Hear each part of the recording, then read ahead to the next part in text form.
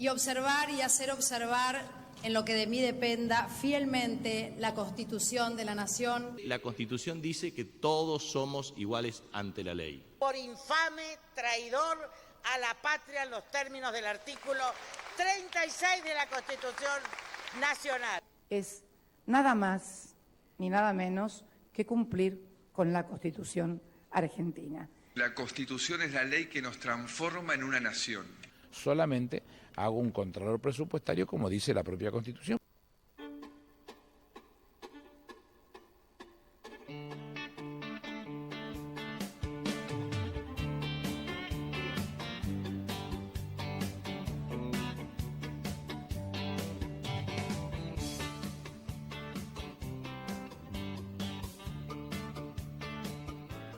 Buenas tardes a todos, como siempre estamos acá en este espacio que se llama La Constitución Toma Mate. La idea es que vos sepas tus derechos, tus obligaciones, que sepas interpretar este pequeño librito que es la Constitución Nacional y que habla de nosotros, habla de nuestra vida cotidiana, habla de nuestro rol de ciudadano. El demos en una democracia, el demos tiene que estar informado, interesado y tenés que saber cuál es nuestra ley fundamental. Así que luego del separador arrancamos con la sección segunda. Vamos a estar empezando con uno de los tres poderes, que es el poder ejecutivo. Ya hemos visto el poder legislativo, ahora vamos por el poder ejecutivo nacional. ¿Qué hace el presidente? ¿Cómo se elige? Todo lo que necesitas saber, que el año que viene hay elecciones, ¿no? Vamos a ver al separador. Todas las personas deben respetar todos los derechos y la libertad. Ciudadanas, ciudadanos, sin ningún... Bien, como te decía, nosotros vamos a estar analizando, vamos a arrancar esta vez con la sección segunda, se llama, del Poder Ejecutivo, es decir, qué es lo que hace el presidente de la Nación, cómo se elige, cuáles son los requisitos que se necesitan para ser presidente de la Nación. Todo eso es lo que vamos a ver a partir del artículo 87 de nuestra Constitución. Es decir, el artículo 87 de nuestra Constitución habla de el Poder Ejecutivo, de su naturaleza y su duración. El presidente de la Nación, el Poder Ejecutivo Nacional, será desempeñado, dice el 87, será desempeñado por un ciudadano con el título de presidente de la Nación. ¿Qué quiere decir esto? Que el Poder Ejecutivo es unipersonal, una sola persona, es decir, que es detentado por el presidente. Vos decís, ¿pero cómo es esto? Si nosotros elegimos una fórmula, elegimos presidente y vicepresidente de la Nación. Bueno, sí, eso es verdad, pero el Poder Ejecutivo es solamente el presidente de la Nación. El vicepresidente, recordá que en realidad es parte del Poder Legislativo, porque el vicepresidente de la Nación es el presidente del Senado. De hecho, muchas veces en la Argentina no ha tenido vicepresidente, muchísimas veces no ha tenido vicepresidente. Se suele decir muy despectivamente, ¿no?, de que el vicepresidente de la Nación es quien toca la campanita del Senado. En realidad esto no ocurre ahora porque, bueno, por el liderazgo que tiene Cristina Fernández de Kirchner, que es vicepresidente de la Nación en este caso, pero la verdad es que el rol que cumple el vicepresidente de la Nación es en el poder legislativo, no tiene ni voz ni voto, salvo que haya empate en una votación del Senado, que es lo que pasó con Julio Cobos en aquella oportunidad, aquella tarde, aquella noche, que su voto fue no positivo y entonces, bueno, sucedió lo que sucedió. Pero la verdad es que el presidente de la Nación es el miembro del Poder Ejecutivo. Cuando el presidente se va del país, por ejemplo, es más, lo que dice la Constitución, en realidad, si se va de la capital federal, debe firmar un decreto dejando en funciones del Poder Ejecutivo al vicepresidente de la Nación. Así que cuando el presidente se va del país, tiene la obligación de firmar un decreto. Y ahí recién ahora puede ser es miembro del Poder Ejecutivo, pero básicamente el vicepresidente de la Nación es miembro del Poder Legislativo y no del Poder Ejecutivo. Bien, artículo 88. En el caso de enfermedad, ausencia de la capital, muerte, renuncia o destitución del presidente, el Poder Ejecutivo será ejercido por el vicepresidente de la Nación. En caso de destitución, muerte, dimisión o inhabilidad del presidente o vicepresidente de la Nación, el Congreso determinará qué funcionario público ha de desempeñar la presidencia hasta que haya cesado la causa de la inhabilidad o un nuevo presidente que sea electo. Bien, ¿qué está diciendo esto? Que la línea de sucesión es el presidente, luego el vicepresidente. Y después el Congreso determinará qué funcionario público va a ejercer la presidencia de la Nación. Esto se llama ley de acefalía. Acefalía. ¿Qué significa cuando hay el cargo vacante de presidente de la Nación? ¿Quién lo sucede? Bueno, esto está por la ley de acefalía, dice lo siguiente. Si el presidente muere, el que asume es el vicepresidente. Si el vicepresidente renuncia o se muere, el que asume es el presidente provisional del Senado, es decir, el que eligen los senadores. Si el presidente provisional del Senado no asume o renuncia o se muere, asume el presidente de la Cámara de Diputados de la Nación. Si el presidente de la Cámara de Diputados renuncia o se muere, el que asume es el presidente de la Corte Suprema de Justicia. Así dice la ley de acefalía. Esto surge a partir de una historia allá por la guerra de la Triple Alianza, cuando Bartolomé Mitre era presidente de la Nación y dirigió las tropas argentinas, delegando el mando al vicepresidente Marcos Paz. Paz, el 2 de enero de 1868, falleció debido a una epidemia de cólera. ¿Sí? Estuvimos en pandemia, bueno, aquel entonces también había, afectaba básicamente la ciudad de Buenos Aires, la epidemia de cólera, así que Marcos Paz falleció y entonces ahí había un problema, porque ¿quién iba a asumir? No había una ley que estipulara qué ocurría en ese caso. Así que bueno, empezaron a asumir los ministros transitoriamente, pero produjo un vacío legal. Por lo tanto, a partir de ese momento se empieza a aprobar una ley que se llama ley de acefalía. Recordarán los más grandes y los más jóvenes, les cuento. En el año 2001 tuvimos esta ley de acefalía. En el año 2001 Fernando de la Rúa gobernaba. Había renunciado el vicepresidente de la Nación, Chacho Álvarez. Entonces, en aquella fatídica tarde del 21 de diciembre del 2001, el presidente de Fernando de la Rúa renunció en el cargo. Como no había vicepresidente de la Nación, entonces asume el presidente provisional del Senado, que era Federico Puerta, el misionero. Y entonces lo que hizo es asumir provisoriamente, bajo el título del poder de presidente provisional del Senado, en ejercicio del poder, y convoca una asamblea legislativa. Allí resulta electo Adolfo Rodríguez Sá, de San Luis, en una primera votación. Bueno, Adolfo Rodríguez Sá asume la presidencia, estaba dispuesto a asumir hasta el 2002, pero le restan apoyo y se ve obligado a renunciar. Una vez que se ve obligado a renunciar, el que asume es, ¿quién es la línea de sucesión? El presidente de la Cámara de Diputados, que en aquel entonces era Eduardo Camaño. Así que asume Eduardo Camaño como presidente provisional del Senado y convocó una nueva asamblea legislativa, es decir, le consulta a los diputados y a los senadores, y allí fue electo Eduardo Duhalde, ¿sí? Que tenía mandato hasta el 10 de diciembre del 2003.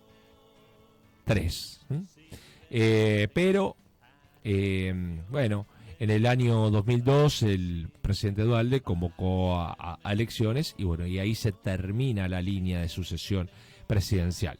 En la actualidad, por ejemplo, si el presidente renunciaría, quien asume es la vicepresidenta de la Nación, Cristina Fernández de Kirchner. Si la vicepresidenta de la Nación, en uso de la presidencia, renunciaría, la que asume es la presidenta provisional del Senado, que es Claudia Ledesma Abdala, la santiagueña. Si la presidenta provisional del Senado renunciara, la que asumiría es la presidenta de la Cámara de Diputados, que es Cecilia Moró. Si Cecilia Moró, la presidenta de la Cámara de Diputados, renunciaría, asume el presidente de la Corte Suprema, que es Horacio Rosati en este momento. Así nos indica la ley de acefalía, que esperemos que nunca más la tengamos que usar, porque significa de que hay alguna debilidad o que el presidente ha renunciado o se ha muerto, ¿no? Artículo 89 de nuestra Constitución. Para ser elegido presidente o vicepresidente de la Nación se requiere haber nacido en el territorio argentino o ser hijo de argentino, habiendo nacido en país extranjero y las demás calidades exigidas para ser senador. Esto es requisito para ser presidente. Entonces, ¿cuáles son los requisitos para ser presidente? Ser argentino o hijo de argentino. Tener más de 30 años y tener un ejercicio de ciudadanía de 6 años, ¿sí? Es decir, que tiene que haber vivido los últimos 6 años en nuestro país. Únicos requisitos. Alguna vez lo hemos charlado esto sobre los requisitos para ser diputado, para ser presidente, para ser senado. Y muchas veces los chicos dicen, ¿cómo puede ser? Quiero trabajar en McDonald's y me piden el secundario completo, y para ser presidente de la Nación no te piden el secundario completo. Y sí, la idea es que el demos, nosotros los ciudadanos, decidamos si es algo importante, si nos resulta importante que tenga algún tipo de educación formal o no lo tenga, ¿sí? Bueno, ahí me pregunta Fabio, ¿qué pasaría si fallece el presidente de la Corte Suprema de Justicia a días de asumir la presidencia? La ley de acefalía, Fabio, llega hasta ahí. Lo que seguramente ocurriría es convocar una asamblea legislativa. Pensá que hasta ahora, hasta el momento, nunca jamás ha asumido el presidente de la Corte Suprema de Justicia, porque tiene que sucederse muchas vicisitudes, ¿no? O sea, que renuncie el presidente, que renuncie el vicepresidente, que renuncie el presidente provisional del Senado, que renuncie el presidente de la Cámara de Diputados y que se muera el presidente de la Corte Suprema de Justicia. Es decir, tiene que haber sucedido un montón de cosas. Si esto sucede, acá Fabio me pregunta qué sucede si sucede esto, seguramente convocarán una asamblea legislativa. Pero lo cierto es que legalmente no hay nada escrito al respecto. El artículo 90 de la Constitución dice: el presidente y vicepresidente duran en sus funciones el término de 4 años. Esto fue reformado en el año 94, ¿sí? 4 años, y podrán ser reelegidos o sucederse recíprocamente por un solo periodo consecutivo. Si han sido reelectos o se han sucedido recíprocamente, no pueden ser elegidos para ninguno de ambos cargos, sino con el intervalo de un periodo. ¿Qué quiere decir? Vos sos presidente o vicepresidente de la Nación, vas a durar 4 años y tenés una posibilidad de reelección nada más. Vas por una reelección, bueno, después tenés que esperar un periodo, un mandato, y luego volver a ser reelecto. Esto se reformó en el 94. Recordá que hasta el año 1994 el presidente duraba 6 años sin ningún tipo de posibilidad de reelección inmediata. Tenía que esperar un mandato de 6 años y luego volvía si quería ser presidente, ¿no? Fueron muy pocos en la historia argentina presidentes reelectos. A ver, de memoria que recuerde. Roca, Julio Argentino Roca, Hipólito Yrigoyen, Perón, porque había modificado la Constitución y pudo ser reelecto de manera inmediata. Perón fue de vuelta en el 74. Y después, bueno, Carlos Menem y Cristina Fernández de Kirchner. Esos fueron los presidentes reelectos. Algunos de manera inmediata, y en el caso de Yrigoyen,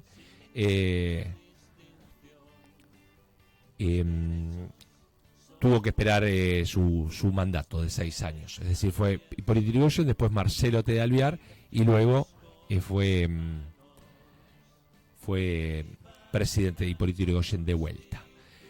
El artículo 91 dice lo siguiente: el presidente de la Nación cesa en el poder el mismo día en que expira su periodo de 4 años, sin que evento alguno que lo haya interrumpido puede ser motivo de que se complete más tarde.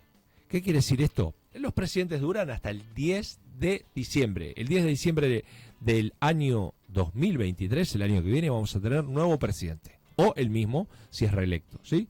Es decir, cada 4 años, los 10 de diciembre, asume el nuevo presidente de la Nación. Entonces, el presidente saliente le entrega la banda presidencial al presidente entrante, o si es el mismo, se la entregará a él mismo.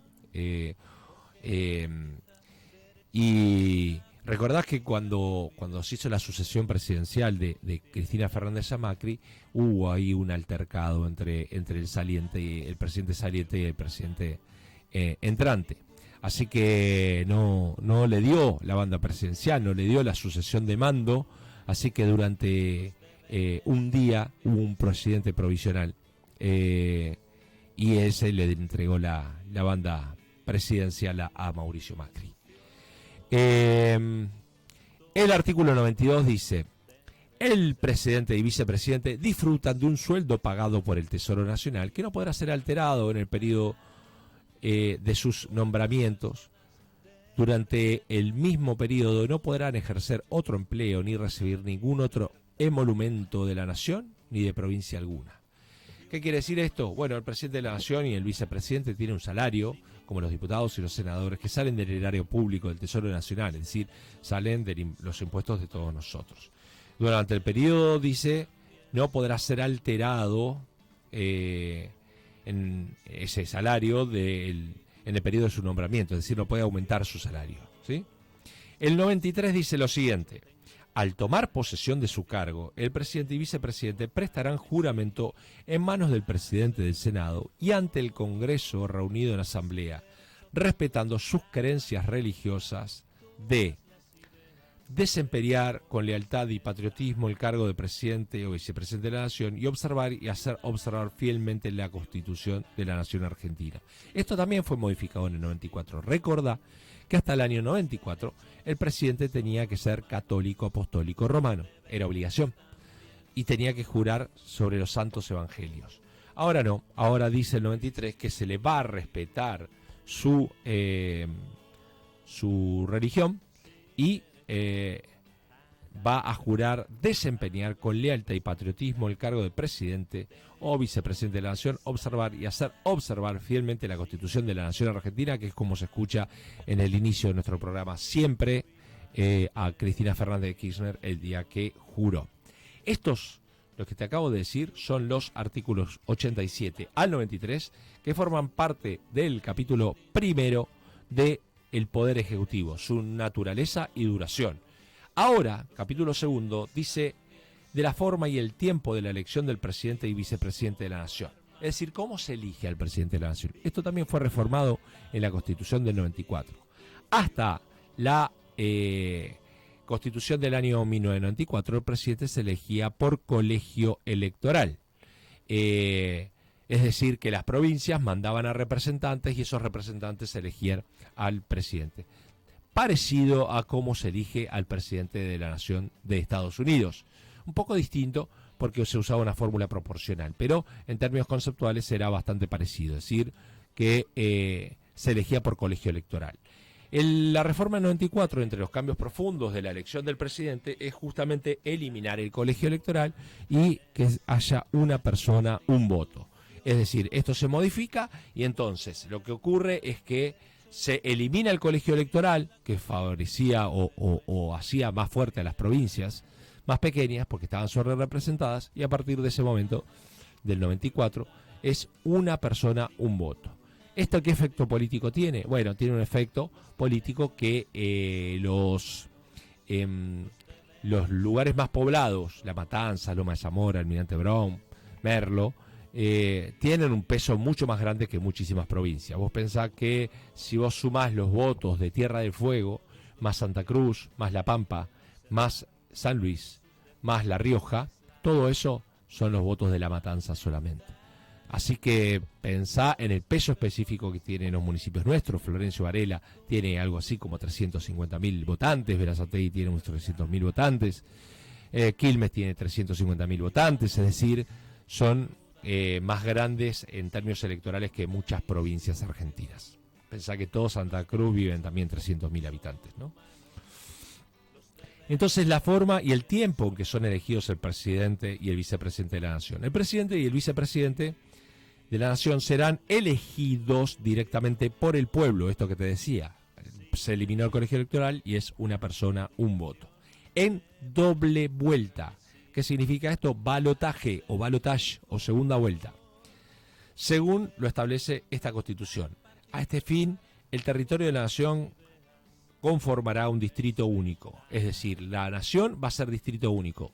Todo el país va a votar a la misma fórmula presidencial, desde Ushuaia hasta La Quiaca. El presidente y vicepresidente de la Nación serán elegidos directamente por el pueblo en doble vuelta. Esto es, si nadie llega al 45% de los votos, o una diferencia de 40 más 10, entonces se va a un balotaje o un balotage. Como está pasando en este momento en Brasil.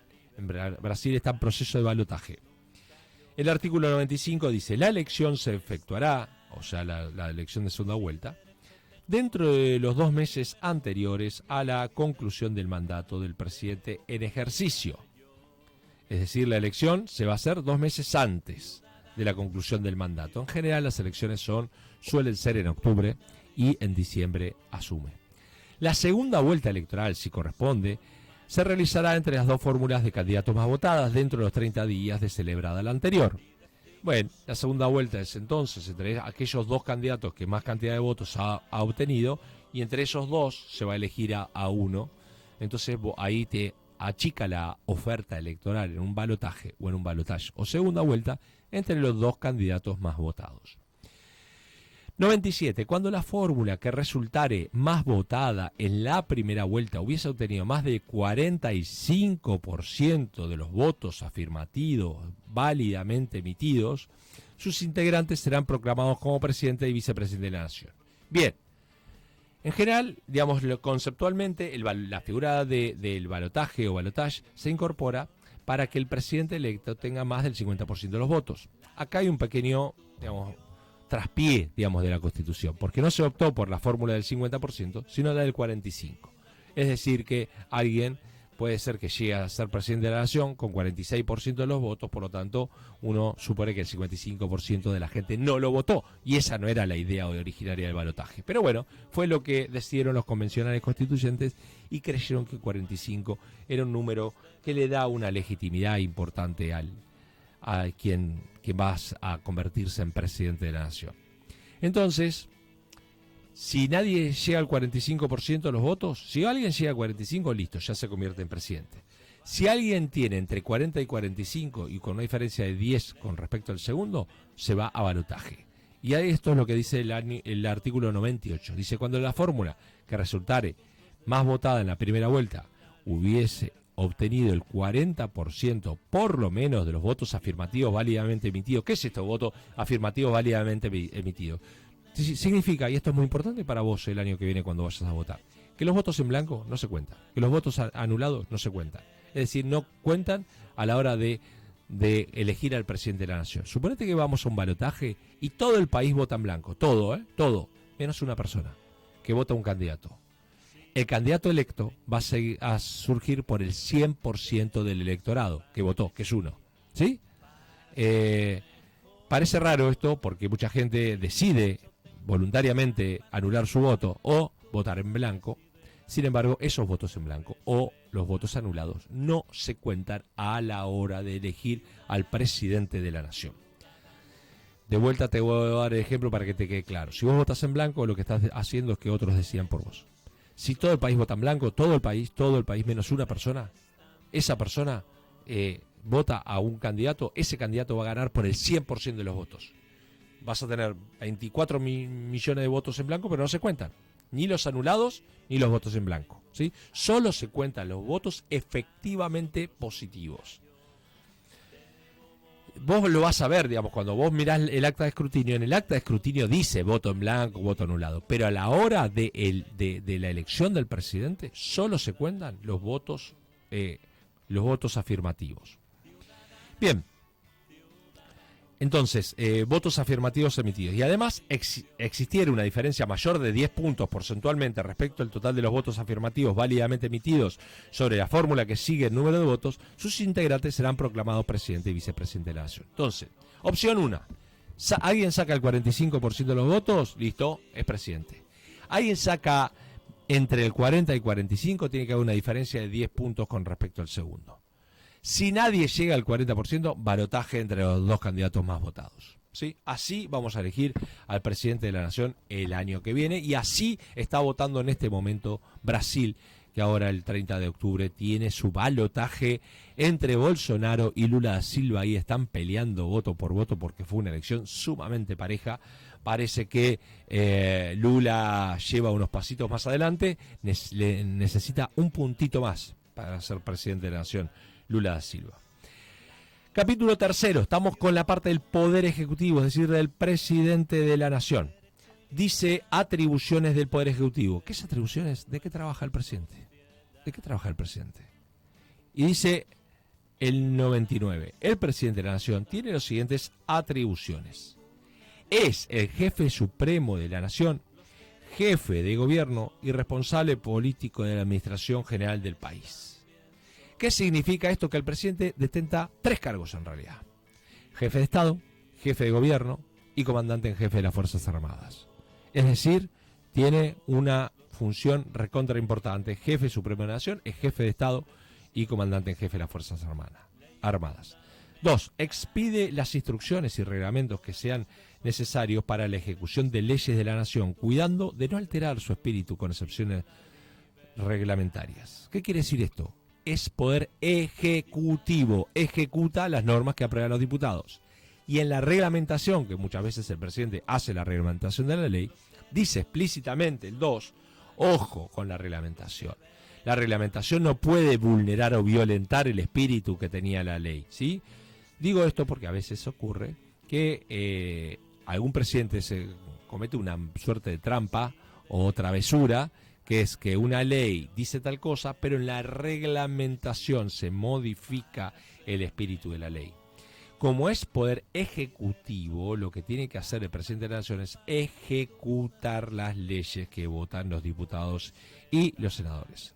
3. Participa de la formación de las leyes con arreglo a la Constitución, las promulga y hace publicar. Cuando una ley, un proyecto de ley entra al diputados es Cámara de Origen. Senadores es Cámara Revisora, aprueba diputados, aprueba Senado y ese proyecto pasa al presidente de la Nación para ser firmada.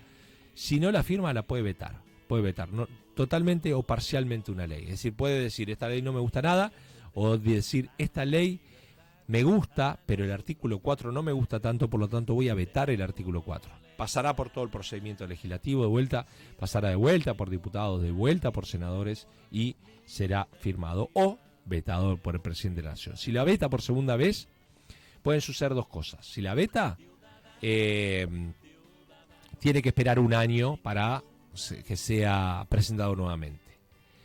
Y si hay insistencia parlamentaria, ¿qué es insistencia parlamentaria? Que 2/3 de los diputados y 2/3 de los senadores le dicen al presidente, 2/3. Tenemos una mayoría súper calificada y queremos que esta ley se apruebe, entonces por insistencia parlamentaria no le queda otra al presidente que firmar y se convierte en ley. Entonces participa de la formación de las leyes, la promulga y hace publicar. La ley se convierte en ley cuando se publica en el boletín oficial. Cuando sale publicada se da por conocida la ley y entonces se publica. Sigue el inciso 3. El Poder Ejecutivo no podrá en ningún caso, bajo pena de nulidad absoluta e insanable, emitir disposiciones de carácter legislativo. Solamente cuando circunstancias excepcionales hicieran imposible seguir los trámites ordinarios previstos por esta Constitución para la sanción de las leyes y no se trate de normas que regulen materia penal, tributaria, electoral o régimen de partidos políticos, podrá dictar decretos por razones de necesidad y urgencia, los que serán decididos en acuerdo en general de ministros, que deberán refrendarlos conjuntamente con el jefe de gabinete de ministros. Esto que es decretos, DNU, decretos de necesidad y urgencia. Es decir, que lo que suele ocurrir es que cuando hay periodo de intervalo legislativo, o a veces el presidente, por una cuestión que considera sumamente necesario, por ejemplo, en tiempo de pandemia, hacen un DNU, un decreto de necesidad de urgencia que tiene que ser firmado por los ministros. DNU. Tiene una fuerza casi de ley. Tiene que estar firmado por los ministros y el Congreso también la tiene que aceptar. El jefe de gabinete de ministros personalmente y dentro de los 10 días someterá la medida a consideración de la Comisión Bicameral Permanente, es decir, hay una bicameral que se dedica exclusivamente a eso, a revisar DNU, cuya composición deberá respetar proporcionalmente la representación política de cada Cámara. ¿Qué significa? Que tiene que haber mayorías y minorías. Esa bicameral. Esa comisión elevará su despacho en un plazo de 10 días al plenario de cada Cámara para su expreso tratamiento, el que de inmediato considerarán las cámaras, y una ley especial sancionada con la mayoría absoluta de la totalidad de los miembros de cada Cámara regulará el trámite y los alcances de la intervención en el Congreso. Es decir, cuando hay una situación entonces extraordinaria, que por ahí lo que ocurre es que el Poder Legislativo no tiene el tiempo, porque por ahí hay algo, no sé, se inunda una provincia, entonces el presidente hace un DNU, ¿no? Un decreto de necesidad de urgencia. O como ocurrió la pandemia, bueno, hace un DNU porque no hay tiempo material para sancionar una ley, entonces se hace un decreto de necesidad de urgencia. En el término de 10 días, tiene que ir el jefe de gabinete de ministros y llevar al Congreso y decir, mire, el presidente de la Nación acaba de firmar este DNU. Y entonces el Congreso puede aceptarla o no. Y entonces hay una comisión que es bicameral, que la forman parte, en este caso, de 10 diputados, por ejemplo. En realidad es bicameral de diputados y senadores, que es Comisión de Seguimiento Permanente de DNU. Y entonces ellos deciden si ese DNU circula o no circula más. De esta manera, hoy terminamos este programa y vamos a seguir con las atribuciones del presidente de la Nación. Es decir, ¿qué es una atribución? ¿Qué hace un presidente de la Nación? ¿De qué trabaja el presidente de la Nación? Este programa se llama La Constitución Toma Mate. Esta radio se llama Radio Municipal de Florencio Varela. Podés ubicar a esta radio a través de su dial 87.9 FM, o podés seguirlo por Instagram, por Facebook, por Twitter, es decir, por todas las redes, y seguir la programación de la Radio Municipal de Florencio Varela, y seguimos tomando un mate con la Constitución Nacional. Nos vemos en la próxima.